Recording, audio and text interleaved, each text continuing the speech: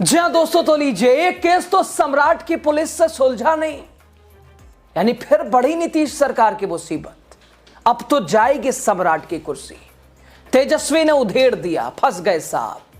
दोस्तों, सम्राट चौधरी ने गृह विभाग संभाला था तो याद है क्या कहा था? 24 घंटा बिहार में कानून व्यवस्था, लॉ एंड ऑर्डर, अपराधियों के लिए कोई गुंजाइश, कोई जगह नहीं है। 24 घंटे का समय मांगा था, 2.5 महीने होने को आ गए। बिहार का हाल मंगलराज कहेंगे इसे। अपराधियों के लिए खैर नहीं है, अपराधी के लिए ये बिहार नहीं है। बिहार से बाहर ही अपराधी को जाना होगा। दोस्तों, बिहार के शंभू बॉर्डर में नीट की तैयारी कर रही छात्रा की संदिग्ध मौत, उसकी मौत और हत्या कहें या उसे कथित रेप कहें, सीधे तौर पर लीपापोती जिस तरह से की गई ऐन वक्त पर, यानी जब बिहार की एजेंसियों से, जब सम्राट की पुलिस से, जब सभी ने भद पिटवा दी, जब लगातार पीड़ित का परिवार आरोप लगाता रहा, संतुष्ट नहीं हुआ और बताया उसने किसके बचाने की कोशिश हो रही है, तो ऐसे में साफ तौर पर सीबीआई के पास केस गया। तो देखिए भाई वीरेंद्र क्या कह रहे हैं, क्यों सीबीआई के पास केस गया, आखिर किसको बचाने की कोशिश रही? और अब सर सीबीआई जांच करेगी सर। सीबीआई को तो लिपापोती करने के लिए भेजा गया है। वो तो बिहार सरकार चाहती तो सब लोग जानता है, सबके जो आंख पर है कौन लोग है, क्या है, नहीं है। तो सरकार नहीं चाहती है क्योंकि वो एनडीए से जुड़ा हुआ मामला है और उसका बेटा न पकड़ा जाए, उसके परिवार न पकड़ा जाए, इसलिए तो दोस्तों सुना आपने, भाई वीरेंद्र आरजेडी के कद्दावर नेता किसकी बात कर रहे हैं, किसे बचाया जा रहा है, कौन है एनडीए का? और इधर पूर्व आईपीएस अमिताभ, उनका भी तेवर जरा देखिए, उन्हें गिरफ्तार किया गया और क्या आरोप इस दौरान उन्होंने पत्रकारों से यह बातचीत में किया है, जरा एक नजर में आप देख लीजिए। सीबीआई को दूंगा। क्या सबूत है? किस लिए आपको आज अरेस्ट किया गया? मुझे अरेस्ट किया जा रहा है निशांत कुमार को बचाने के लिए। सर किस आधार पे? रुकिए मत जाइए। हाँ, अभी मेरी हत्या की कोशिश की गई है। मुझे कोई चीज लगता है कि ऊपर क्या हुआ? ऊपर इन लोगों ने मेरे में कुछ सामान इन लोगों ने रख दिए हैं। हाँ। और लगातार फोन पर आदेश आ रहा है। हाँ। कि निशांत कुमार को बचाना है। हाँ। अमिताभ दास को गिरफ्तार करो।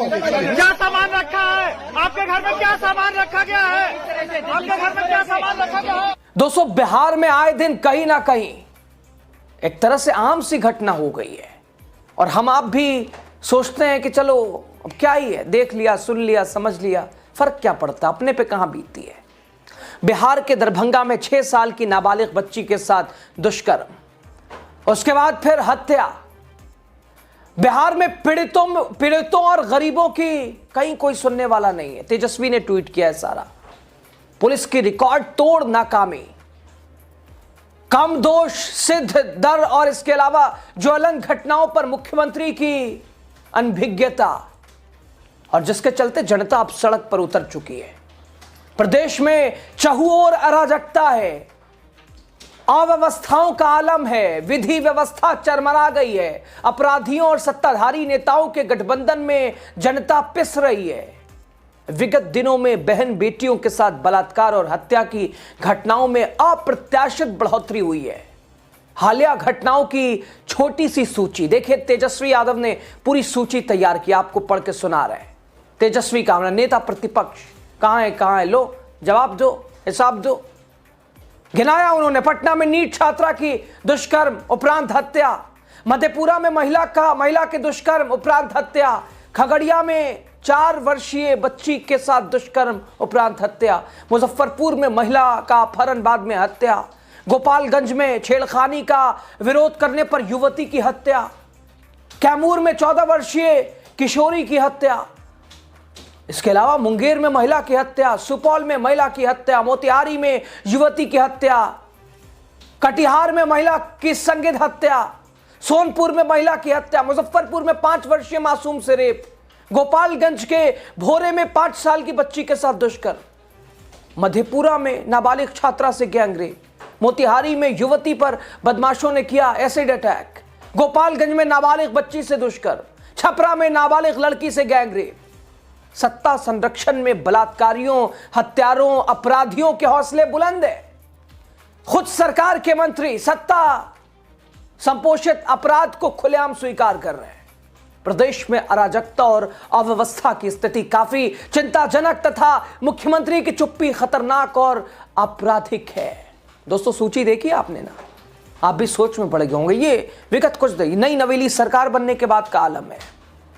और अभी देखिए बिहार की राजधानी में एक केस तो सुलझ नहीं रहा है। नीट छात्रा में हाथ खड़े कर दिए सम्राट पुलिस और पूरी बिहार सरकार। नीतीश के सुशासन ने सीबीआई के हैंडओवर। और बिहार की राजधानी लीजिए साहब एक बार और उबाल, एक और मासूम छात्रा की संदिग्ध मौत, जिसने न सिर्फ शहर बल्कि बिहार सरकार और सरकार की प्रशासन की कार्यप्रणाली पर सवाल उठाया है।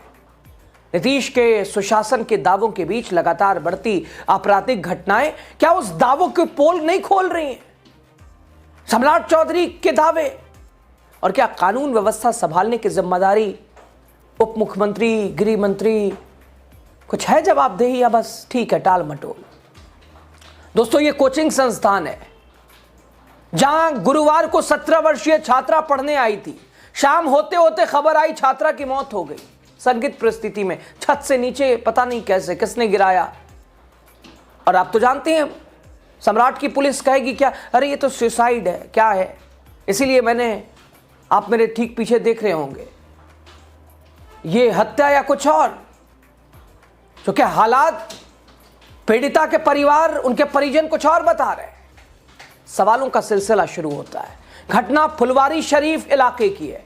परिजनों का आरोप उनकी बेटी की हत्या कर उसे चौथी मंजिल से नीचे फेंक दिया गया है। जब परिवार मौके पर पहुंचा तो छात्रा के शरीर पर कई चोटों के निशान थे। परिजन कह रहे हैं यह आत्महत्या नहीं है, हत्या है। और क्या लगता है? मेरी बहन लगती और क्लास करने आई यहाँ पे, और बस थोड़ा देर के बाद मालूम चला कि मेरी बहन को एक्सपायर हो गई। कॉल आया मेरे पास, एम्स में गए, एक्सपायर की हुई है। तो और उसके बाद हम लोग अपना आगे कारोबार किए। फिर उसके बाद यहाँ पे आओ सब आया तो फिर देखा तो सोचा कि मतलब जब कोचिंग इधर है तो वो यहाँ कैसे गिरी। जैसे की चीज कैमरा में मतलब चेक किया गया तो देख रहे हैं कि उसको फेंका गया है। कौन लोग फेंके? वो अब यहीं का पता नहीं, हमको उतना पता नहीं है, लेकिन वो सब पकड़ा गया है। हाँ, काम करने वाला है, पकड़ा गया। और जहाँ तहाँ मतलब पूरा स्क्रैच है बॉडी पे, मतलब जैसे कैसे चाकू मारा जाता है वहाँ 2-3 जगह चाकू जैसा मारा हुआ है। कहाँ पर? बॉडी में ये कमर के पास, जांघ के पास। हाँ हाँ। क्या लगता है आपको? बस उसको हत्या किया गया है। लगता है क्या सारा आप क्या देखना, आप तो सब कुछ ओपन है, कैमरा है आपके पास पूरा ओपन है, मतलब देख लीजिए कि है कि नहीं है। हत्या क्यों किया जाएगा? क्या बिना केस के जो है दाह संस्कार क्यों करने लगे? कहाँ नहीं ना मालूम था, पता तो चले। मास्टर बोल दिया कि मतलब गिर गई है, चक्कर खा गया। उसके बाद यहाँ पे आने के बाद हम लोग को मालूम चला कि मतलब ऐसा ऐसा घटना मेरी बहन के साथ हुआ। हम लोग यहाँ पे आए कहाँ, हम लोग चाहते हैं आप लोग? क्या चाहते हैं, बस उसको नम सजा दिया जाए। अगर आप लोग सरकार लोग से नहीं होता है तो उसके लिए भी हम कहने के लिए तैयार है कि हम दे सकते हैं, उसको सामने ले आइए। हम साल भर, 5 साल, 10 साल, पूरा जिंदगी भर जेल खटने के लिए तैयार हैं।